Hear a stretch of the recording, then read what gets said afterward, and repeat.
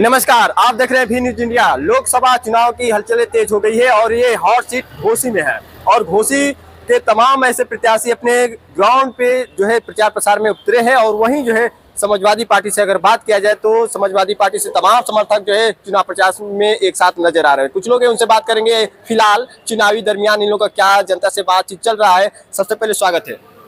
बहुत बहुत धन्यवाद आपको और आपके चैनल को भी, और जितने इस चैनल पर दर्शक देख रहे हैं उन सभी को मेरे तरफ से और समाजवादी पार्टी की तरफ से बहुत बहुत बधाई, ढेर सारी शुभकामनाएं। थोड़ा अपना परिचय दें। संजय यादव, पूर्व सदस्य जिला पंचायत बलिया। इन दिनों प्रचार प्रसार में आप लोग जनता के बीच जा रहे हैं और जनता से खास मुलाकात के दौरान क्या कुछ जानकारी मिल रहा है कि इस समय आपके प्रत्याशी को कितना मजबूती मिल रहा है? केवल हमारे प्रत्याशी को नहीं, न कि पूरे उत्तर प्रदेश में, मैं देश की बात नहीं कर सकता, लेकिन पूरे उत्तर प्रदेश के अंदर एक परिवर्तन की लहर चल चुकी है। और इस बार जो हमने देखा है, 27 वर्ष का मेरा राजनीतिक जीवन हुआ, मैं 27 वर्षों में यह पहली बार चुनाव देख रहा हूं। जनता चुनाव लड़ रही है, नेता पीछे हो गए हैं और जनता आगे हो गई है। भारतीय जनता पार्टी ने जो केंद्र में 10 वर्ष सरकार चलाई है और उत्तर प्रदेश के अंदर जो 7 वर्ष सरकार चली है योगी जी की, इससे जनता करा रही है और परिवर्तन के मूड में है उत्तर प्रदेश की जनता। उत्तर प्रदेश की जनता चुनाव लड़ रही है, नेता चुनाव नहीं लड़ रहे हैं। हम लोग गांव में जा रहे हैं, जनता आगे हो रही है। जनता कह रही है भैया हम लोग ये बिल्कुल, आप वोट नहीं मांगेंगे तो, और मांगेंगे तो, हमसे सिफारिश करेंगे तो, नहीं करेंगे तो, हम सारे लोग गठबंधन को वोट देने जा रहे हैं। हम लोग महंगाई से बिल्कुल बर्बाद हो चुके हैं। हम लोगों के बच्चे जो है बेरोजगार घर बैठे हुए हैं। हम लोगों के बच्चे नौकरी के आस में बैठे हुए हैं। जिन बच्चों को नौकरी नहीं मिल रही है, तमाम जगहों पर यह खबरें मिल रही है, बच्चे इस समय आत्महत्या करने के लिए मजबूर हो गए हैं। अब हम लोग तो देख रहे हैं कि जनता बिल्कुल अगली कतार में खड़ी है और नेता पीछे हो गए हैं। यहाँ से एनडीए प्रत्याशी अरविंद राजभर जी है और यहाँ ये भी आकलन किया जा रहा है कि एनडीए को मजबूती तमाम जो है सरकार के तमाम योजनाओं को लेकर दिख रही है। और यहाँ 400 पार का नारा भी कायम है कि 400 पार का नारा जो है, जो दावा किया गया है। यहाँ उत्तर प्रदेश जो है पूर्वांचल की सीट किया जाए तो 80 सीटें भाजपा के खाते में डालने की बात चल रही है। आपको एक बात याद दिला दूं, थोड़ा मेरी बात लंबी होगी, सुन लीजिएगा, दर्शकों को भी सुनाइएगा। अखिलेश यादव की सरकार थी 7 से 12 के बीच में। अखिलेश यादव ने उत्तर प्रदेश के नौजवानों के पीड़ा को समझने का काम किया और मेरिट के आधार पर उत्तर प्रदेश में पुलिस की भारी संख्या में भर्ती करने का काम किया। एक परिवार को यदि एक नौकरी मिल गई तो उसका पूरा परिवार सज और संवर जाता है। एक सिपाही हुआ तो अपनी बेटी को, अपनी बहन को पढ़ाया, अपने भाई को पढ़ाया, अपना घर बनाया, अपने माता पिता के इलाज के लिए वह काम किया। अखिलेश यादव जी ने केवल इतना नहीं सोचा, अखिलेश यादव जी ने देखा कि उत्तर प्रदेश का गरीब आदमी का बेटा सऊदी में जाकर नौकरी करता है और उसके परिवार के लोग बीमार पड़ जाते हैं तो गाड़ी का इंतजाम नहीं कर पाते हैं गांव के लोग। उस समय अखिलेश यादव ने गरीबों की पीड़ा को समझ करके 108 नंबर गाड़ी देने का काम किया।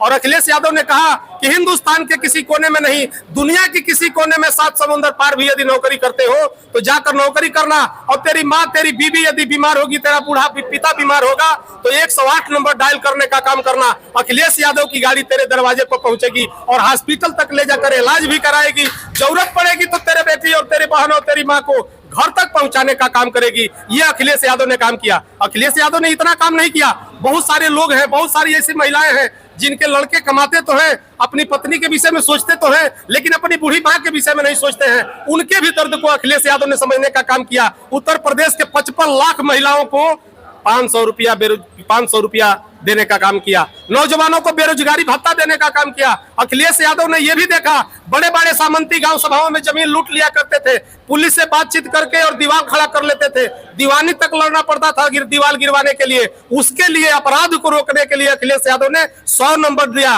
और 100 नंबर जब डायल करते हैं तो आज भी 100 नंबर आपके दरवाजे पर पहुंचती है। उस 100 नंबर को योगी जी की सरकार ने बर्बाद कर दिया है। उस अखिलेश यादव ने सोचिए कितना बड़ा काम किया। ये सारे दर्द को देख करके अखिलेश यादव ने यह भी देखा, हमारा किसान खेत में पानी चलाता है, किसी को सांप काट देता है, मर जाता है, कोई एक्सीडेंट से मर जाता है, कोई पेड़ से गिर के मर जाता है।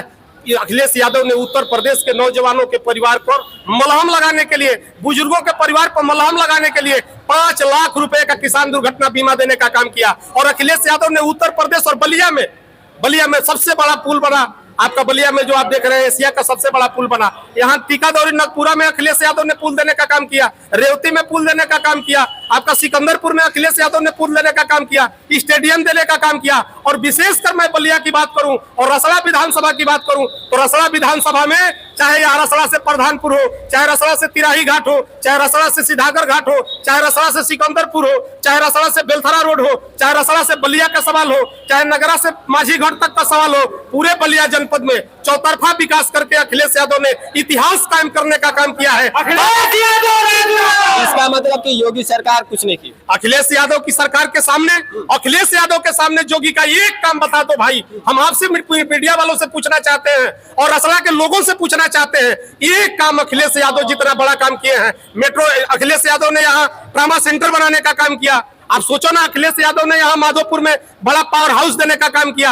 अखिलेश यादव ने जो काम किया है उसके मुकाबले यदि योगी जी ने काम किया हो तो मेरे जैसा व्यक्ति राजनीति से इस्तीफा दे देगा। कोई भी भारतीय जनता पार्टी का कार्यकर्ता हो, कोई भी भारतीय जनता पार्टी का नेता हो, आकर आमने सामने डिबेट कर ले, पता चल जाएगा, दूध का दूध और पानी का पानी हो जाएगा।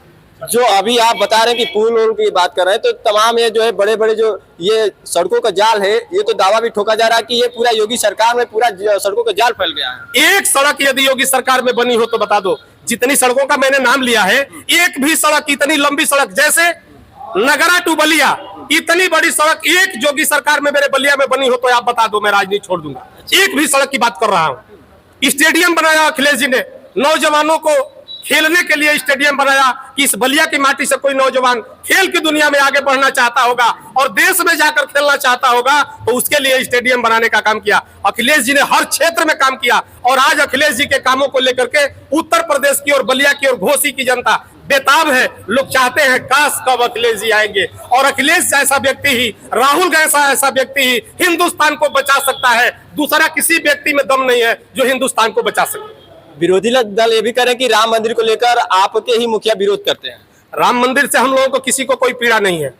राम जी से कोई राम हम हमारे आदर्श है, लेकिन राम के नाम पर दुकान चलाने वाले लोगों से मैं पूछना चाहता हूँ, राम का मंदिर कोर्ट ने आदेश कर दिया, मंदिर बन गया, हम भी, हमारे अंदर भी राम है, यहाँ जितने लोग खड़े हैं सबके अंदर राम है, आपके अंदर भी राम है, लेकिन राम के नाम पर दुकान चलाने वाले लोग इसके अलावा भी कोई काम करेंगे कि केवल यही बात करेंगे? भारतीय जनता पार्टी आज के डेट में केवल हिंदू मुसलमान की बात कर रही है। जब हम काम की बात कर रहे हैं तो वो राम की बात कर रहे हैं। अरे यार, राम की बात हो गई, हिंदू मुसलमान की बात हो गई, काम की बात कब होगी मोदी जी? काम की बात कब होगी योगी जी? और लोगों ने कहा कि ये किया है, वो किया है, ये खरीदा है, ये बेचा है। हम तो समझ रहे हैं कि मोदी जी ने केवल बेचा ही नहीं है, खरीदा भी है। अडानी को खरीदा है, अंबानी को खरीदा है, जितने मीडिया वाले हैं उन सबको खरीदा है और बड़े बड़े उद्योगपतियों को खरीद करके अपनी दौरी दुकान चला रहे हैं। देश बर्बादी के कगार पर है। साथियों, मैं आपसे भी अनुरोध करूंगा, इस बार यदि देश को और संविधान को बचाने का काम नहीं किए तो आने वाले दिनों में निश्चित रूप से हमारा देश बर्बाद हो जाएगा। डॉक्टर भीमराव अंबेडकर का बनाया हुआ इतना सुंदर संविधान जो सबके लिए है, चाहे हिंदू हो, चाहे मुसलमान हो, चाहे अगड़ा हो, चाहे पिछड़ा हो, यह सबके लिए है और इस संविधान को बचाने की जिम्मेदारी हम सभी नौजवानों की है। हिंदुस्तान के 140 करोड़ जनता की जिम्मेदारी है और यह जनता इस बार जाग चुकी है, संविधान को और लोकतंत्र को बचाना चाहती है। हम इन्हीं भावनाओं के साथ एक सवाल अभी हाल ही में जो है आप ही के कार्यकर्ता कहा जाए, आप ही के पार्टी से महिला जो है एक पद छोड़कर और सुभाषपा में ज्वाइन होने की खबरें आ रही है। आप जिस नेत्री की बात कर रहे हैं वो नेत्री काफी दिनों से हमारे दल में थी और उस नेत्री के कहने पर मुझे मालूम है इस इलाके में 3 गांव लोहिया गांव चयनित हुआ था और Akhilesh ji by name by face उस महिला को जानते हैं। अखिलेश जी से ले जाकर के वह महिला ने पत्र दिया था और उसके कहने पर 2-3 गांवों को लोहिया गांव दिया गया और जितने गांवों को लोहिया गांव दिया गया उस लोहिया गांव में चाहे आवास हो, चाहे सड़क हो, चाहे बिजली हो, सारा काम हुआ, लेकिन वह महिला किसी ना किसी वजह से आज प्रभावित हुई है। हम लोग कभी उसके सम्मान में ठेस पहुंचाने का काम नहीं किया है। कारण क्या हो गया? ये चुनावी दरमियान ही छोड़कर पार्टी, कारण ये है, आप समझ रहे हैं कारण क्या है?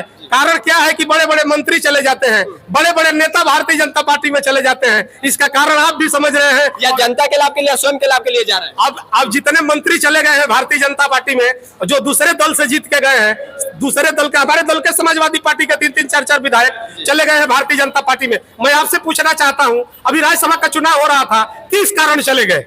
कारण क्या था? यह कारण आपको भी पता है और कारण हमको भी पता है। और यहाँ के नेता है, वो राष्ट्रीय अध्यक्ष है, उन्होंने कहा था, माल का नाम लिया था, माल पर विशेष उनकी निगाह है और वही माल अपने लोगों के बीच छींट करके कुछ लोगों को सोचते हैं कि हम अपनी तरफ कर ले। वो नेता को ले जा सकते हैं, उनके समाज के लोग नहीं जा सकते। यहाँ लखन राजभर से लेकर के तमाम राजभर समाज के नौजवान समाजवादी पार्टी और गठबंधन के साथ मजबूती के साथ खड़ा है और वो सारे नौजवान पढ़े लिखे नौजवान हैं। वो जानते हैं कि आज नहीं कल हमारा भविष्य समाजवादी पार्टी और गठबंधन में है और यही गठबंधन हमारे माँ के लिए करेगा, हमारे भाई के लिए करेगा, हमारे बहन के लिए करेगा। अखिलेश यादव ने जो मैनिफेस्टो बनाया है उसमें कहा है कि उत्तर प्रदेश के नौजवानों, गठबंधन की सरकार बना दो। यदि मेरी सरकार बनती है तो आने वाले दिनों में आपकी बेटियों को LKG से लेकर और ग्रेजुएशन तक फ्री में पढ़ाने का काम करूंगा। अखिलेश यादव ने यह भी कहा है कि किसानों, हमारी सरकार बना दो, आने वाले दिनों में तुम लोगों का सारा कर्जा माफ करने का काम करूंगा। मोदी की तरह उद्योगपतियों का कर्जा माफ नहीं, किसानों का कर्जा माफ करूंगा। तब हमारे जैसा नौजवान और तमाम हमारे कार्यकर्ता, तमाम जनता अगली कतार में खड़ा होकर के अखिलेश यादव के लिए, राहुल गांधी के लिए, गठबंधन के लिए दो हाथ भारतीय जनता पार्टी से करने के लिए तैयार है। कोशिश अपने प्रत्याशी को कितने वोटों से जीत दिलाने का काम करेंगे? यहाँ कोई लड़ाई नहीं है। अरे कह रहे हैं कि 2 लाख से आपके प्रत्याशी को हराने के लिए विपक्षी निशाना। कोई लड़ाई नहीं है। आप गांव में जाकर पता कीजिए, राजीव राय इतने वोटों से जीतेंगे, इतना वोटों से जीतेंगे कि भारतीय जनता पार्टी और बहुजन समाज पार्टी की यहाँ जमानत बचाने में कठिनाई, बहुत परिश्रम करना पड़ेगा, बहुत कठिनाई होगी। जमानत इस बार बचने वाली नहीं है। राजू राय पूरे दावे के साथ, मेरी बात पूरी सुन लीजिए। राजू राय तब से है, राजू राय के पिताजी लोकदल में रहते थे। राजू राय समाजवादी पार्टी में जनेश्वर मिश्रा के साथ चंद्रशेखर जी की अंगुली पकड़ करके राजनीति में कदम रखने का काम किया और अखिलेश यादव के साथ कंधा से कंधा मिलाकर चलने का काम राजू राय करते हैं। एक आध बातें हैं जो इसके चैनल के माध्यम से मैं नहीं कह सकता, लेकिन एक बात जरूर कहना चाहता हूं, राजू राय जब से समाजवादी पार्टी में है, समाजवादी पार्टी को छोड़कर इधर उधर जाने का काम नहीं किए। लेकिन इन दल के जो जितने प्रत्याशी लड़ रहे हैं, इनका इतिहास भूगोल देखिए। कभी एकता दल, कभी भारतीय जनता पार्टी, कभी समाजवादी पार्टी, कभी सोनिया गांधी से बातचीत। इनका कोई चरित्र है क्या? इनका कोई चरित्र नहीं है और जनता इनके वजह से, इनके कुकर्मों से, इनके चरित्र के वजह से जनता उब चुकी है और समाजवादी पार्टी के ऊपर केवल भरोसा कर रही है। रहा सवाल बालकृष्ण चौहान जी का, बालकृष्ण चौहान भी समाजवादी पार्टी में आकर घूम चुके हैं, कांग्रेस में चले गए, बसपा में चले गए, पहले बसपा से सांसद थे, एक आध राउंड चारों तरफ घूम चुके हैं। और राजू राय ही ऐसा व्यक्ति है जो सिर्फ और सिर्फ समाजवादी पार्टी में रहा और समाजवादी पार्टी में भरोसा रखता है, अपने नेता पर भरोसा रखता है। उस राजू राय को हम लोग भारी मतों से नहीं, सबकी जमानत जब्त कराकर हिंदुस्तान की पंचायत तक भेजने का काम करेंगे। चलिए।